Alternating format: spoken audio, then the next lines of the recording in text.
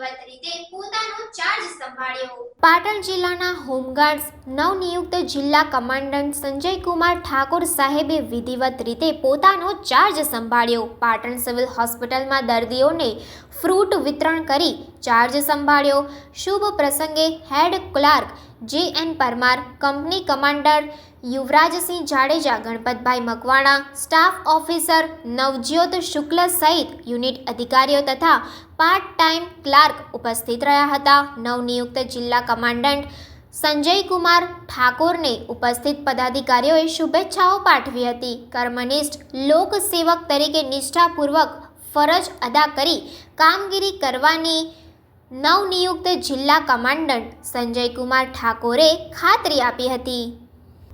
Reporter Viram Thakor, crime reporters TV news, Patan.